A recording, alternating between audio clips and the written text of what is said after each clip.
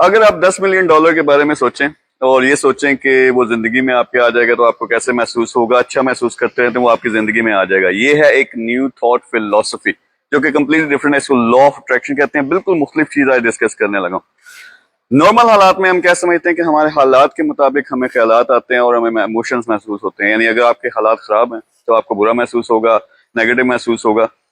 Law of attraction क्या करता है कि जैसा आप महसूस करते हो, जैसा आप सोचते हो, यानी अगर आपको पॉजिटिव थिंकिंग है, आपकी पॉजिटिव चीजें सोचते हो, विजुअलाइज करते हो और पॉजिटिव इमोशंस महसूस करते हो, तो पॉजिटिव हालात आप पे आ जाएंगे। यानी इसका मिसाल ये हुआ कि आप 10 मिलियन डॉलर इमेजिन करें कैसे महसूस होगा, फीलिंग्स अच्छी रखें, इमोशंस अच्छे रखें, नेगेटिविटी को ना अपने पास आने दें, तो अल्टीमेटली आपको 10 मिलियन डॉलर आपकी जिंदगी में आ जाएगा। कंप्लीटली ऑपोजिट है।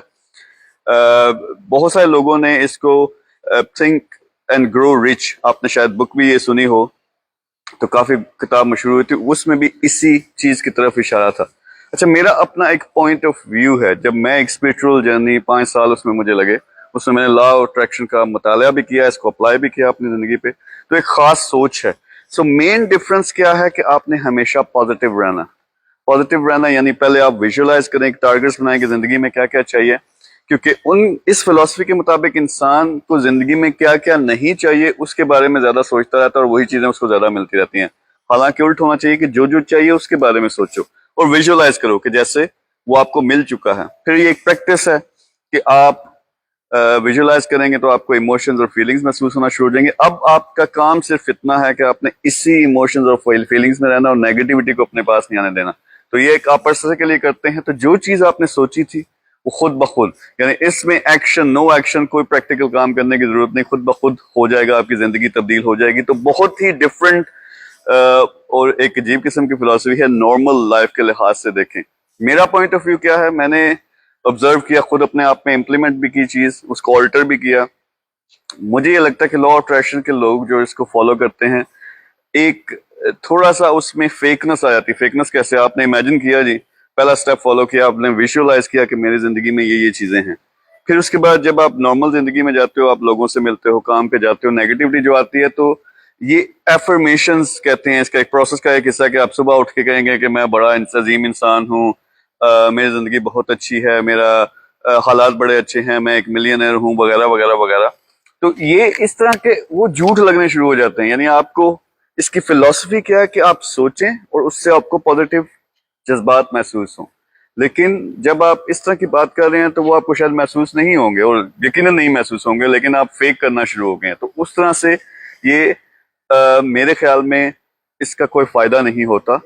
जो मेरी प्रैक्टिकल है कि हाँ वाकई एक स्पिरिचुअल निजाम है, जो आप सोचते हो, जिस तरह की दुनिया आप देखते हो, उसकी इमेज अपने दिमाग में बनाते हो, दुनिया आपको उसी तरह की मिलती है। लेकिन प्रैक्टिकली अपने टारगेट्स पूरे करने के लिए यानी विजुअलाइजेशन जबरदस्त है, एक बड़ा मिशन बनाए, 10 मिलियन डॉलर, 100 हॉस्पिटल, गरीबों की मदद वगैरह वगैरह जो भी है, तो उसको पूरा विजुअलाइज करें काम होके कि अगर ऐसा हो जाए तो मुझे क्या महसूस होगा। जब आप इस माइंडसेट में जाते हो तो वो जज्बात आपको महसूस होना शुरू हो जाते हैं।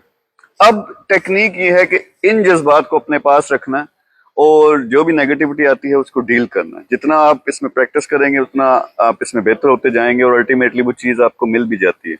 लेकिन इसमें जो मैंने टेक्निक बनाई है इसमें फेक यानी झूठ बोलने की जरूरत नहीं है। इमोशंस जो आपको महसूस हो रहे हैं उनको एक्नॉलेज करें कि वाकई मुझे ये चीज महसूस हो रही है, लेकिन पीछे जो कॉन्सेप्ट है, यानी मैंने इसका जो वर्जन निकाला कि अल्लाह ताला की जात है, कुन फयकून कहे तो कुछ भी हो जाता है। तो मैंने इसका एक वर्जन ये निकाला कि आप खुल के दुआ करें, उस चीज को इमेजिन करें, अल्लाह के स्पुर्द कर दें और समझें कि हो गया, यानी अभी से हो गया। अब ये यकीन की बात है, ये 2 नंबर यकीन नहीं है जिसमें हम अल्हम्दुलिल्लाह शुक्र ये कह के और अगली लाइन में हम ये गिनवाना शुरू कर देते हैं कि जिंदगी कितनी बुरी है हमारी और हालात कितने खराब हैं, वो वाली नहीं। वाकई दिल से जब आपको ये महसूस हो जाए कि मैं दुआ मांगूंगा या विजुअलाइज करूंगा तो वो जात पूरा कर देगी, तो फिर नेचुरली आपकी स्टेट बदल जाती है। अब आपने क्या करना है, प्रैक्टिस करनी है कि जो दिन भर के हालात हैं उसमें थोड़ी थोड़ी देर बाद इस हकीकत का रिमाइंडर अपने आप को देते रहना। तो क्या होगा, अगर आप नेगेटिव जज्बात में हैं तो वो आपके जज्बात थोड़े से बदलना शुरू हो जाएंगे। दूसरी जो वेरी इंपॉर्टेंट चीज है वो ये है कि प्रैक्टिकल काम, एक्शन के बगैर कुछ नहीं होता। यानी आप विजुअलाइज करके मेडिटेशन करके आप बैठ गए हैं बिस्तर अपने पे, मंजी पे, और आप समझें कि 10 मिलियन डॉलर आपके पास चल के आ जाएगा, तो ऐसा नहीं होता। यानी उल्ट मेरा क्या उसमें मैंने चेंज लेके आया, एक तो ये कि एक्नॉलेज करो जो भी जज्बात महसूस हो रहे हैं, लेकिन अपने आप को उस हकीकत की याद दिलाते रहो। सेकंड, पागलों की तरह काम करो।